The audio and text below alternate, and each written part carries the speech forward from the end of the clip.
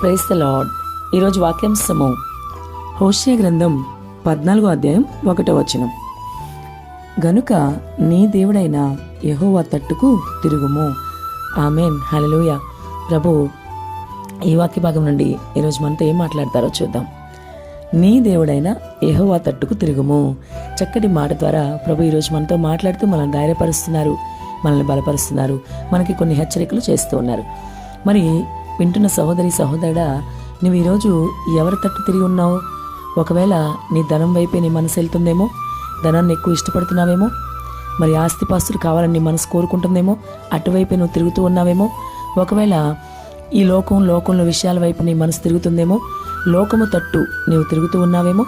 మరి నీ మనసు ఈరోజు ఎవరి తట్టు తిరుగుతూ ఉందో, అందుకే ప్రభు నీతో సూటిగా మాట్లాడుతున్నారు. ఈరోజు హెచ్చరిస్తున్నారు ఆయన. మరి నువ్వు ఎటువైపు తిరుగున్నావో, నీ మనసు ఎవరిని ఆశిస్తుందో, నీ మనసు ఎవరిని ప్రేమిస్తుందో, మరి నీ మనసు ఆలోచనలు ఎటువైపు తిరిగి ఉన్నాయో, మరి ప్రభు అయితే ఏం చెప్తున్నారంటే, యెహోవా తట్టు తిరుగుము, నీవు నీ దేవుడైన యెహోవా తట్టు తిరుగుము అంటున్నాడు. కాబట్టి ఇప్పటి వరకు నీ ఆలోచనలు, తలంపులు, నీ మాటలు, తీరు అంతా ఎటువైపు ఉన్నా సరే లోకం వైపు ఉంటూ, లోకంలోనే జీవిస్తూ ప్రభు వైపు చూడకుండా నువ్వు ఉంటే గనక ప్రభు నీతో సూటిగా మాట్లాడుతున్నారు. ఇప్పుడైనా నువ్వు నీ దేవుని తట్టు తిరుగు. అసలు నీ చూపు ఎవరి మీద నిలుపుతున్నావు? నీవెవరి వైపు చూస్తున్నావు? నీ ప్రభు వైపే నీవు చూడాలని నీకు అర్థమవుతుందా? పాపాన్ని బట్టి నీ ప్రభువే నీకు పరిష్కారం ఇస్తాడని కూడా నువ్వు అర్థం చేసుకోలేకపోతున్నావా? ఆయన మాత్రమే నీ పాపాలని పరిష్కరించగలని, పాపాలకి పరిహారం ఇవ్వగలడని నువ్వు ఇప్పటికైనా అర్థం చేసుకుంటున్నావా? ఈ విషయాలన్నీ ప్రభుని అడుగుతూ ఉన్నారు. కాబట్టి నువ్వు జ్ఞానం కలిగి నడుచుకో, ప్రభు తట్టు తిరుగు, ప్రభు నీకు తప్పకుండా సహాయం చేస్తారు.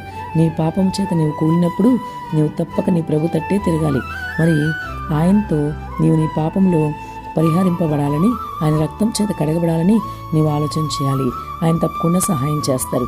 కేవలం యేసు రక్తం మాత్రమే పాపానికి పరిష్కారం. మరి కోడే గొర్రె మేకల రక్తం ఎంత మాత్రం కూడా నీ పాపాన్ని పరిహరించలేదు, కానీ యేసు మాత్రమే నీ రక్తాన్ని, మరి ఆయన రక్తం ద్వారా నీ పాపాలకు కడగగలడు. కాబట్టి మిత్రమా, నీవు లోకాకర్షణల వైపు కాకుండా నీ ప్రభు తట్టే తిరగాలని వాక్యం ఎంతో వివరంగా సెలవిస్తుంది. ఈరోజు ప్రభు నీతో సూటిగా మాట్లాడుతున్నారు. కాబట్టి ఇంతవరకు నీ మనసులో ఎటువంటి ఆలోచన ఉన్నా, నీ మనసంతా లోకం వైపు ఉన్నా సరే, నువ్వు లోక విషయాలు, లోక ఆకర్షణలకి నువ్వు ఉన్నా సరే, ప్రభు అయితే నీతో మాట్లాడుతున్నారు. ఆయన నిన్ను బలపరుస్తున్నారు, నీకు సహాయం చేస్తున్నారు. కాబట్టి లోకం వైపు చూడక ప్రభు వైపు చూడడం మొదలుపెట్టు. లేఖనాల్లో గమనిస్తే హోషేయ గ్రంథంలో ఇశ్రాయేలీయులతో ప్రవక్త చెప్తున్న మాటలు ఈ విధంగా ఉన్నాయి. ఇశ్రాయేలు, నీ పాపం చేత నీవు కూలుతివి కనుక నీ దేవుడైన యెహోవా తట్టుకు తిరుగుము అని 14వ అధ్యాయం 1వ వచనంలో వాక్యం ఎంతో వివరంగా సెలవిస్తుంది. అంటే పాపం చేత కూలినప్పుడు ప్రభు తట్టే తిరగాలి, లేదంటే అదే పాపంలో పడిపోవడానికి అవకాశం ఉంటుంది. అదే పాపంలో జీవితం కొనసాగించాలి. ఎక్కడా కూడా పాపానికి అక్కడ పరిహారం లేదు. కాబట్టి వింటున్న సహోదరి సహోదరుడా, ఈరోజు నువ్వు ఎటువంటి పాపం చేస్తున్నా సరే, నీ కంటి చూపు ద్వారా, నోటి మాట ద్వారా, తలంపుల ఆలోచన ద్వారా కూడా నువ్వు ఏ పాపం చేస్తున్నా, నువ్వు తీవ్రమైన పాపంలో ఉన్నా సరే, ఎందుకంటే నువ్వు అనుకోవచ్చు, నా పాపాన్ని బట్టి ప్రభు నన్ను క్షమించలే, ఇంకా నేను ఇదే పాపంలో మరి కొనసాగుతానులే నువ్వు అనుకోవచ్చు. కానీ అలా ఎంత మాత్రమూ కాదు. ప్రభు నిన్ను క్షమించే దేవుడు. ఇప్పటికైనా నువ్వు ఎంతటి పాపమైనా దేవుడు క్షమిస్తాడు. కాబట్టి ఇప్పటికైనా నువ్వు పాపాన్ని ఒప్పుకుని పశ్చాత్తాపపడి ప్రభు తట్టు కనుక తిరగలిగితే ఆయన నీకు తప్పకుండా సహాయం చేస్తారు. నీ పాపానికి పరిహారం ఇస్తాడు ఆయన. ఆయన రక్తం ద్వారా నీ పాపాలు కడగబడతాయి. కాబట్టి నీవు ప్రభు వైపు చూడు, ప్రభు తట్టు నీ హృదయం తిప్పు, ప్రభు యొద్దకే వెళ్ళు, ప్రభు సన్నిధికి చేరుకో, ప్రభు సన్నిధిలో ప్రార్థించు, మోకరించి అడుగు, కన్నీరు కార్చి అడుగు.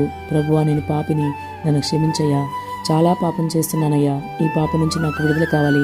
ఇప్పుడే నా ప్రతి పాపము నీ సన్నిధిలో ఒప్పుకుంటున్నాను, పశ్చాత్తాపడుతున్నాను, విడిచిపెడుతున్నాను, నా మనస్సు అంతరంగం మార్చేసయ్యా, నీ రక్తంతో నా ప్రతి పాపాన్ని కడుగయ్యా అని నువ్వు మోకరించి అడిగితే, నీ హృదయం ఎప్పటికైనా యేసు తట్టు తిప్పగలిగితే, లోకము పాపము నుండి నీ హృదయాన్ని యేసు తట్టు తిప్పగలిగితే తప్పకుండా నీకు ఆయన క్షమిస్తాడు. క్షమించే దేవుడు, క్షమించడానికి సిద్ధ మనసు కల దేవుడు.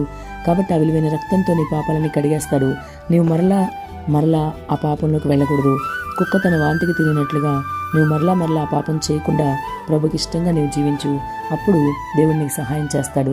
కాబట్టి అలనాడు ఇశ్రాయేలీలతో కాదు కానీ ఈరోజు నీతో కూడా నాతో కూడా దేవుడు చెప్పే విషయం అదే.